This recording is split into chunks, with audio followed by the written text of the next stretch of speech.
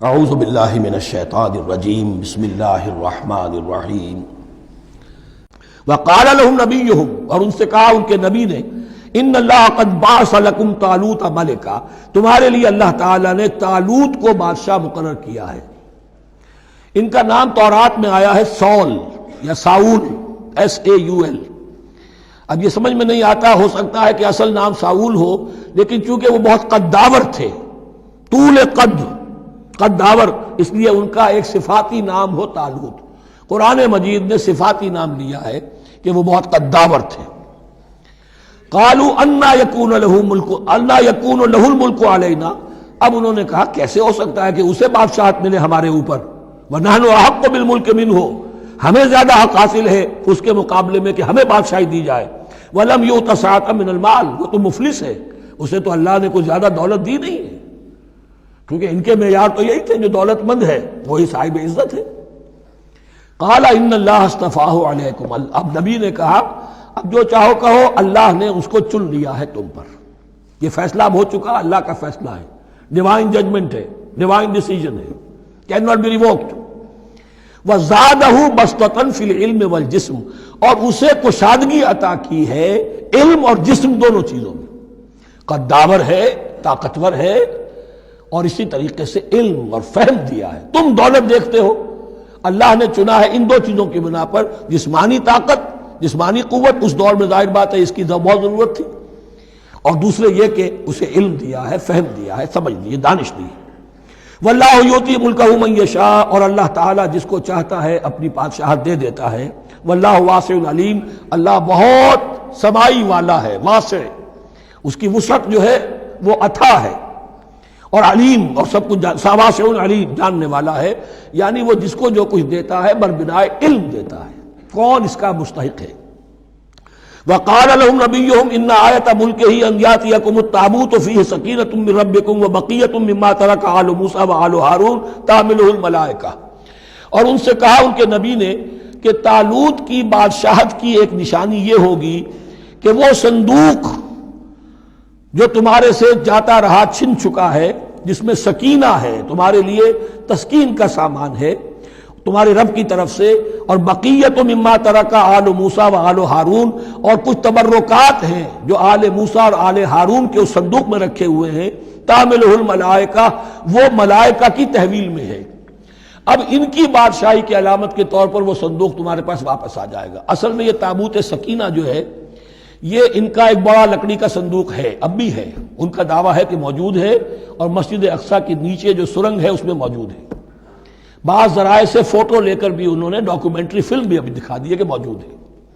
نبوکدنضر نے جب گرایا تھا 586 قبل مسیح میں، جو حضرت سلیمان کا بنایا ہوا ہیکل تھا، اس کے تہخانے میں وہ رہتا تھا، اور وہیں پر جو ربائی تھے وہاں موجود تھے، ربانیین، تو جب گرایا گیا ہے اس کو، ہیکل کو، تو اسی میں وہ دب گئے ہیں، لیکن وہ چاروں طرف سے جو بھی تہخانہ تھا بند ہو گیا ہوگا، اور وہاں پر ان کی لاشیں بھی ہیں اور تابوت سکینہ بھی ہے۔ لیکن ہوا یہ تھا کہ جب ان کے پڑوسی ملکوں نے انہیں شکستیں دی تو وہ تابوت سکینہ بھی چھین کر لے گئے۔ اب اس میں گویا کہ ان کے لیے بہت بڑی بات تھی کہ ان کے لیے کم سے کم ایک دل کی روحانی تسکین کا سامان تھا۔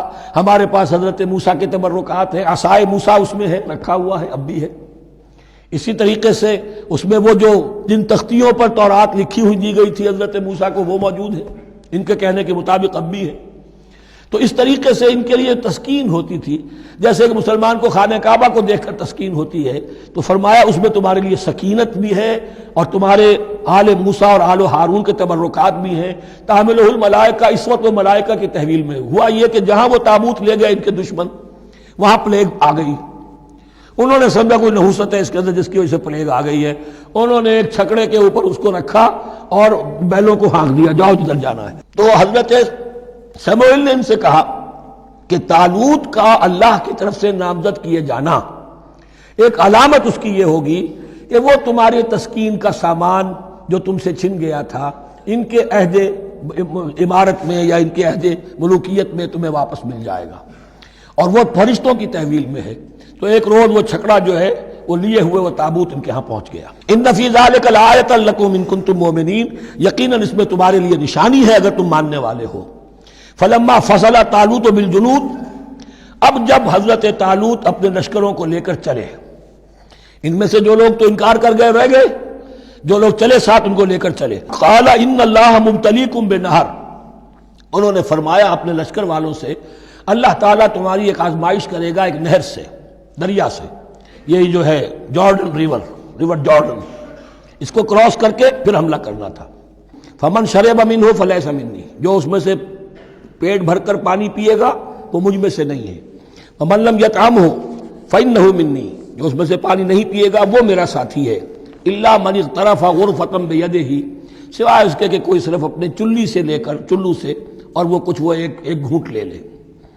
یہ اصل میں ہر کمانڈر کے لیے ضروری ہوتا ہے کہ کسی بھی بڑی جنگ سے پہلے اپنے ساتھیوں کا مورال دیکھے، ڈسپلن کی حالت دیکھے. تو جیسے حضور نے بھی غزوہ بدر سے قبل مشاورت کی تھی کہ مسلمانوں ایک لشکر آ رہا ہے جنوب سے کیل کانٹے سے لیس، اور ایک قافلہ آ رہا ہے شمال سے، اور اللہ نے ان دو میں سے ایک کا وعدہ کیا تمہیں ضرور ملے گا، بتاؤ کدھر چلے. اندازہ ہو گیا کچھ لوگ جو کمزوری دکھا رہے تھے انہوں نے کہا چلے جی پہلے قافلہ لوٹ لیں، اور جو لوگ تھے باہمت انہوں نے کہا جو حضور آپ کی ارادہ، جو آپ کا منشا ہو. تو یہاں بھی انہوں نے اس سے ٹیسٹ کیا ہے کہ آیا وہ میرے حکم کی پابندی کرتے ہیں یا نہیں کرتے. فشربوا منہ، تو ان سب نے، بہتوں نے پیا اس میں سے خوب جی بھر کر. الا قلیلا منہم، سوائے ان میں سے بہت کم تعداد میں.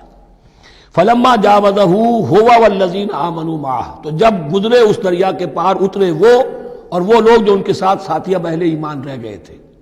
یعنی پہلی سکریننگ پہلے ہو چکی تھی، جو قتال ہی کے منکر ہو گئے تھے، اور اس کے بعد دوسری ہو گئی ہے کہ جو اس چھلنی میں سے نہیں نکل سکے، وہ پانی پی کر بے سدھ ہو گئے.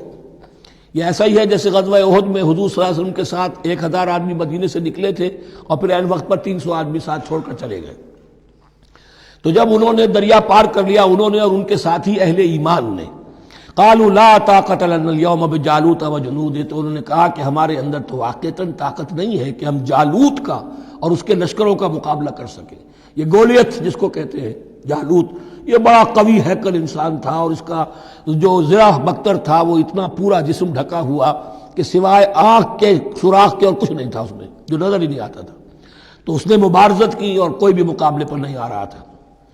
قال الذين يظنون انهم ملاقو الله كم من فئة قليلة غلبت فئة كثيرة باذن الله، تو کہا ان لوگوں نے جو یقین رکھتے تھے کہ اللہ سے ملاقات کرنی ہے، کہ کئی مرتبہ ایسا ہوا ہے، کتنی مرتبہ ایسا ہوا ہے کہ چھوٹی جماعت غالب آ گئی ہے بڑی جماعت پر اللہ کے حکم سے.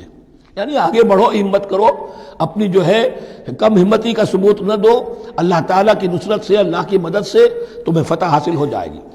واللہ مع الصابرین، اللہ تو صابروں کے ساتھ ہے. وَلَمَّا بَرَزُوا لِجَالُوتَ وَجُنُودِهِ، تو جب وہ سامنے آئے جالوت اور اس کے لشکروں کے، برزا ظاہر ہو جانا، سامنے آمنے سامنے آ جانا. اب ادھر ان کا لشکر ہے طالوت علیہ السلام کا، اور ادھر وہ جالوت کا لشکر ہے. قالوا، اب انہوں نے دعا کی، ربنا افرغ علینا صبرا، اے اللہ ہم پر صبر انڈھیل دے. یہ افرغ کا لفظ ہوتا ہے کسی برتن سے پانی اس طرح گرا دینا کسی کے اوپر کہ وہ برتن خالی ہو جائے، گھڑوں پانی ڈال دینا یا کچھ اور برتن میں سے. افرغ علینا صبرا، ہم پر صبر انڈھیل دے، صبر کی بارش فرما دے. ربنا افرغ علینا صبرا وثبت اقدامنا، اور ہمارے قدموں کو جما دے، وانصرنا علی القوم الکافرین، اور ہماری مدد فرما ان کافروں کے مقابلے میں. یہی دعا گویا کہ تلقین کی جا رہی ہے اہل ایمان کو کہ جب بدر کے موقع پر تمہارا مقابلہ ہوگا تو تمہیں یہ دعا کرنی چاہیے. صدق اللہ العظیم.